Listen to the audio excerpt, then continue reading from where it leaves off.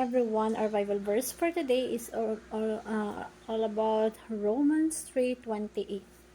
For we maintain that a person is justified by faith apart from the works of the law.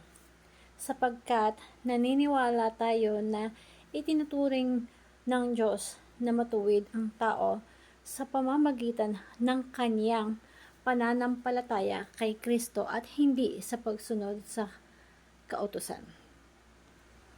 So, nire-remind tayo.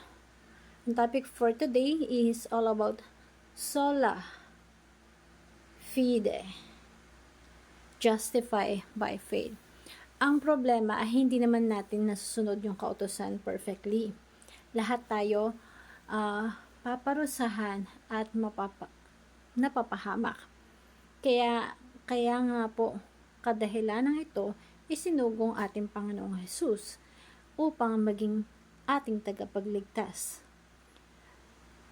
Sa pag pinag-uusapan yung word na justified or itunuring na matuwid, lahat tayo, pag namatay tayo, haharap tayo sa Diyos.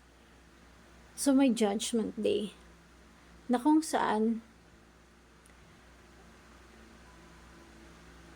magbabase sa kung ano ang nagawa natin na kasalanan. So kapag haharap ka sa ating Panginoong Diyos, iisipin mo pa lang, di ba? Parang kahindik-hindik na humarap, nakakatakot humarap. Na alam natin sa sarili natin na guilty tayo kasi lahat tayo, marami tayong ginawang kasalanan at walang makakalusot doon.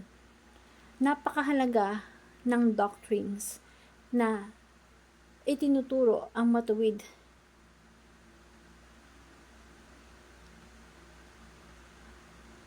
yung justified, yung tipong itinuturo ang pagiging matuwid. Justified by faith. Sapagkat itinuturing tayo ng Diyos na matuwid hindi dahil sa ating mga mabubuting gawa, kundi sa pananampalataya. Ang ating Panginoon, siya yung nagdusay, siya yung sumalo para sa ating mga kasalanan. That's why tayo pinawalang sala by faith of our Lord Jesus Christ.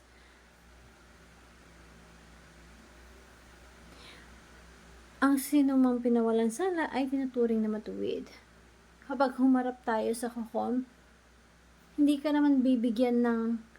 naman sasabihin ng hukom na ano yung mabubuti mong gawa. Hindi naman sila magbibigay sa mabubuting gawa mo at mapapawalang sala ka, no? Pag humarap ka sa hukom, ang titignan kung ano yung kasalanang nagawa mo at may kalakip na kaparusahan. Walang kasalanan na hindi nakakalusot. At yung justification, hindi ito payment. Hindi ito pinagtatrabahuhan natin.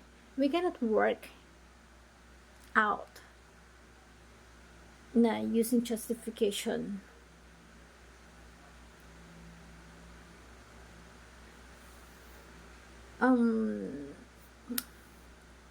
Sabi nga sa teaching, justification is not a payment to good works. Justification is the work of Christ on the cross.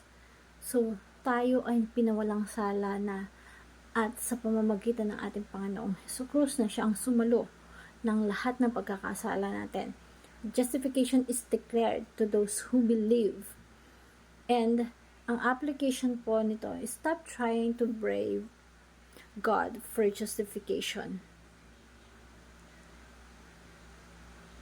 Pinawalang sala tayo hindi dahil sa sumunod tayo or sa paggawa ng mga tradisyon ng mga bagay. Kundi dahil sa pamamagitan ng ating Panginoong Hesus.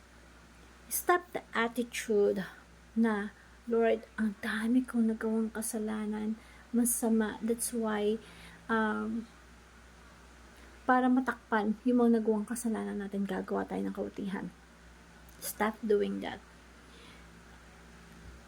Hindi tayo dapat nanunuhol na sa pamamagitan ng mga gawa.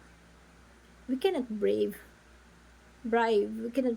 Jesus Christ. Di kailangan siyang i-bribe. Dahil siya ay tapat at dahil tayo ay nailigtas na, we are destined to serve our God. Iniligtas tayo, then we have to serve Him. Tayo ay pinalaya para mag-serve. Hindi payment ang justification. What is important of justification is justification by faith to our Lord Jesus Christ.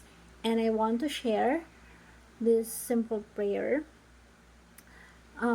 Before that, ask yourself, what is the importance of justification by faith in our life? You have to ask that to yourself. And I want to share the simple prayer. Heavenly Father, I came to you with a humble heart.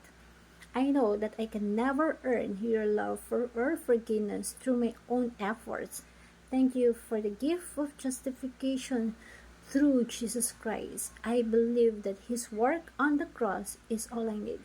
Help me to stop trying to earn what you already given freely.